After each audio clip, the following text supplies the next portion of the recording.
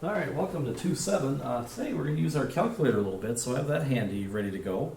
And again, don't be afraid to pause the video as we're going to stop and then catch up to us. But we're going to talk about curve fitting and trying to find models of linear equations where we see kind of a linear pattern. How can we come up with an equation so we can use to predict? And the study of that relationship between verbs is called regression, and we're going to be looking at that as we go. Now, regression can take on some different forms, especially with linears. Is that there's a correlation between the two. Like in this case, you can kind of see there's a positive correlation if you were to plot them.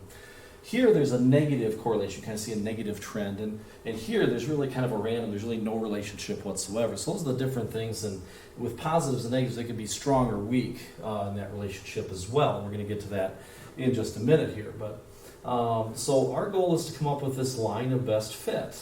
And it's by using the data points, and it's kind of that line that fits it the best. It's not going to go through every single point, most likely, but it's going to be the best fitting line. And our calculator is actually going to help us find that line. Just going back into things like in old school days, here's what we had to do. Like if we did Albany, New York, and Sydney, Australia, one in Northern Hemisphere, one in Southern Hemisphere, if you look at their average daily temps, you could probably guess they're going to be kind of opposite, because in the Northern Hemisphere when we have winter, Southern Hemisphere they have summer. So you kind of expect these to maybe be a negative relationship. So sometimes by looking at the data, it's hard to really tell that. So by plotting those out, here's what could happen. If we plotted those points, you can kind of see that, yeah, now by a picture, it sure looks like it's this pretty good negative one. Well, back in our day, what we had to do is we had to take the line and try to draw a line that went through this and was kind of a best fitting line. So it was kind of not a perfect model of what to do, but we could get pretty close to something that we could use to predict. And then what we did is we used our skills. We could see, yeah, we kind of have a y-intercept of 80, and we kind of figure out what the slope is from there. Well, the nice thing is our calculator will actually find that line that's the best fitting line for us, so we don't have to go through that process and that guesswork. All right, so that's an important thing, finding that line. Now, the other thing is this R value. It's called the correlation coefficient. It measures the type of relationship there is between the two variables. Now, if it's close to -1, that means it's going to have a pretty strong negative correlation. It's always going to be between -1 and 1. So this would be a real strong -1. Now, if it was kind of weak like this, it might be somewhere like -0.6, -0.5. If it's random, it's going to be somewhere around 0. So maybe it's like 0.3, 0.04, -0.2, something like that.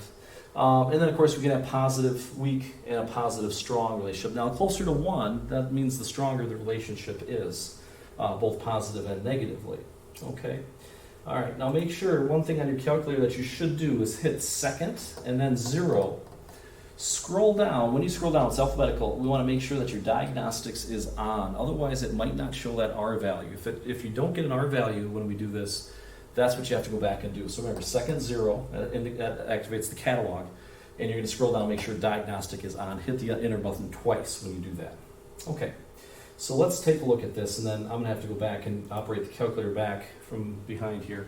Talk about in anthropology, when they do digs and they find bones, there's a relationship between the length of a femur. Sometimes you don't get a full skeleton, but you find the length of the femur, which is the thigh bone, biggest bone in the human body. And they've kind of found that to be linked to the height. Now, you kind of think the longer the femur, the taller the person is, the height, you would guess there'd be a pretty strong relationship there. So here's what we're going to do. We're going to compare these two things and these lists. And so what I'm going to do is go back and get to my calculator up here. What we're going to do is we're going to put these in, and then we're going to actually show you how to calculate the line of best fit and the correlation coefficient. So let's get our calculator handy. All right, and I'll be back here operating here with this on the full screen so you can kind of see what's going on. All right, so I want to turn the calculator on, and once you do, all right, you want to go into the button, find the button that says Stat. Stat, okay, I think we can see that over here, this button, Stat, very good. And you're going to see this Edit, that's what we want to do, so go ahead and hit Enter.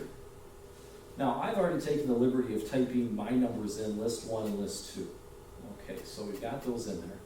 Take your time. If you need to pause it right now so that you can type those numbers in, go ahead.